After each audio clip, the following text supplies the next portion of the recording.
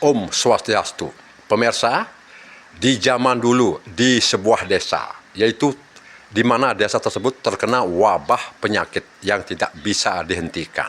Di mana wabah penyakit tersebut membunuh semua warga desa yang ada di sana. Lalu kemudian hanya satu yang hidup, yaitu Nyoman Jayaprana. Di mana pada saat itu Nyoman Jayaprana berkelana. Lalu kemudian Nyoman Jayaprana itu dipungut oleh seorang raja, itu Raja Kalianget. Lalu kemudian dipiara sehingga tumbuh besar menjadi dewasa, sehingga menjadi pemuda yang gagah dan tampan. Lalu kemudian Nyoman Jayaprana dinikahkan kepada putri cantik, yaitu anak Bapak Benesa.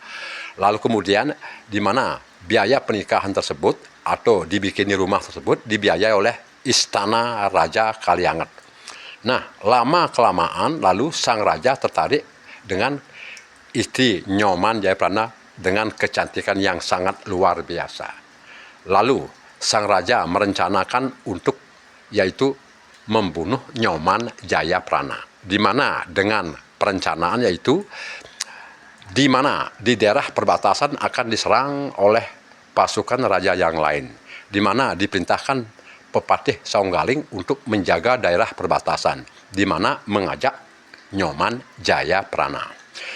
Namun sebelum itu, malam harinya, istri Nyoman Jayaprana yaitu Layonsari bermimpi buruk, di mana mimpinya akan menimpa suaminya itu Nyoman Jayaprana. Lalu Nyoman Jayaprana beranggapan bahwa jangan khawatir, walaupun kita ada di gedung batu, kalau memang maut menjemput pasti akan mati juga. Seketika itu juga istri dari Nyoman Jayaprana itu Layonsari merasa cemas apa yang terjadi kepada suaminya. Nah, lalu kemudian Paman Saunggaling memerintahkan juga pasukannya untuk menjaga daerah perbatasan atas perintah dari sang Raja Kalianget. Nah, lalu kemudian berangkat, di mana berangkat dari Desa Banjar ke Teluk Terima. Berjalan kaki, lalu kemudian di perjalanan sering Nyoman Jayaprana kesandung dan berpikir apa yang terjadi pada dirinya. Dan setelah itu sampailah di tengah hutan belantara. Di sana tidak melihat ada satupun musuh yang datang. Lalu kemudian sampai di sana, Pepatih yaitu Saunggaling mengutarakan juga perintahnya dari sang Raja Kalianget. Sebenarnya adalah untuk membunuh Nyoman Jayaprana. Nah, setelah itu di sana baru Nyoman Jayaprana mengerti. Akhirnya Nyoman Jayaprana menyerah, tidak melawan sedikit pun. Lalu kemudian Nyoman Jayaprana diikat suatu pohon. Lalu ditusuk dengan keris yang dibawa oleh Paman Saunggaling atau Pepatih Saunggaling. Berapa kali ditancapkan kerisnya di tubuh Nyoman Jayaprana tidak mempan dan patah. Lalu kemudian karena Nyoman Jayaprana menyerah, siap untuk kematian itu, lalu kemudian dia memberikan keris sendiri untuk menancapkan di tubuhnya. Lalu Nyoman Jayaprana menyuruh bahwa mengambil kerisnya sendiri untuk menancap dia. Lalu di sana Nyoman Jayaprana akhirnya gugur atau mati dibunuh oleh yaitu Pepatih Saunggaling. Nah, ketika itu setelah kematian Nyoman Jayaprana, di mana di hutan tersebut terjadi hujan sangat lebat, angin luar biasa, dan juga di mana isi hutan tersebut keluar semua.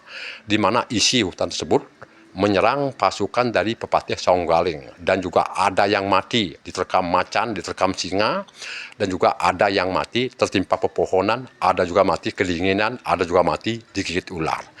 Separuh pasukan tersebut di sana mati, lalu kemudian pulang. Nah, di saat itu istri dari Nyoman Jayaprana sudah cemas sekali, lalu dia berdiri di pintu rumah.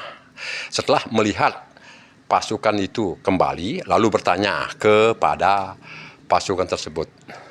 Namun semua orang masih bilang Nyoman Jayaprana masih ada di belakang.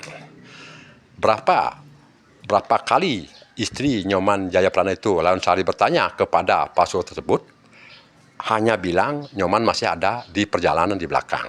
Nah, ketika itu ada salah satu prajurit yang baik yang paling belakang mengatakan, lalu menghampiri istri Nyoman Jayaprana, itulah Layonsari, diajaknya masuk ke dalam. Sebenarnya Nyoman Jayaprana di sana bukan menjaga musuh atau bukan menjaga musuh dari kerajaan lain. Sebenarnya perintah raja bahwa Nyoman harus dibunuh di sana. Nah, seketika itu juga istri dari Nyoman Jayaprana itu Lawnsari histeris, sedih luar biasa. Dan bagaimana dengan mimpi buruknya, tertimpa juga dengan mimpi buruknya itu. Lalu di sana dia menangis sedih dan luar biasa. Tidak bisa dibilang berapa sedihnya seorang istri jika suaminya dibunuh. Nah, lalu kemudian esok harinya, lalu terdengar kabar bahwa Nyoman Jayaprana gugur di medan pertempuran. Sebenarnya Nyoman Jayaprana itu adalah dibunuh atas perintah sang raja Kalianget. Yang membunuh Nyoman tersebut adalah Pepatih Saunggaling. Dan kemudian pada saat itu, akhirnya sang raja mendatangi rumah Nyoman Jayaprana atau yang tinggal masih istrinya. Lalu di sana dia bilang bahwa bagaimanapun Nyoman sudah meninggal. Dan sang raja ingin meminang yaitu istri dari almarhum Nyoman Jayaprana. Dan setelah dia mau menikah sama sang raja akan dijadikan permaisuri di istana. Nah, setelah itu baru istri dari Nyoman Jayaprana tersebut itu Lawnsari tahu bahwa itu adalah gara-gara sang raja. Karena sang raja tahu bahwa senang pada dirinya atas kecantikannya. Lalu kemudian seketika itu mencabut keris dari sang raja untuk menancapkan dirinya yaitu Lawnsari. Sehingga Lawnsari mati bunuh diri. Melihat Lawnsari mati bunuh diri, sang raja putus asa, lalu stres, lalu mengamuk, dan melihat yang dipinang itu atau yang disenangi sudah mati. Lalu kemudian sang raja mengamuk sampai di istana. Terjadi peperangan di dalam istana tersebut, di mana sang raja membunuh yaitu Pepatih Saunggaling dan yang lainnya. Dan juga raja juga dibunuh oleh pepatih-pepatih yang ada di sana. Nah, setelah itu semuanya akan mati. Raja mati, Paman Saunggaling atau Pepatih Saunggaling mati. Nah, pada saat itu di mana? Di tempat gugurnya yaitu Nyoman Jayaprana itu didirikan itu sebuah yaitu bangunan pura atau plinggih. Di mana plinggih tersebut yang namanya Dewa Wawurauh yang terletak di Teluk Trima di tengah hutan. Lalu plinggih tersebut disungsung atau disembahyangkan oleh yaitu masyarakat yaitu Kabupaten Beleleng. Bukan dari Kabupaten Beleleng, melainkan umat Hindu yang ada di seluruh Bali juga berbakti di sana untuk mengaturkan sembah. Dan di mana pura tersebut berada di tengah hutan yaitu di Teluk Trima. Sampai sekarang pura tersebut masih ramai dikunjungi orang di seluruh Pulau Bali. Demikian dulu pemirsa, sampai jumpa. Om Santi, Santi, Santi Om.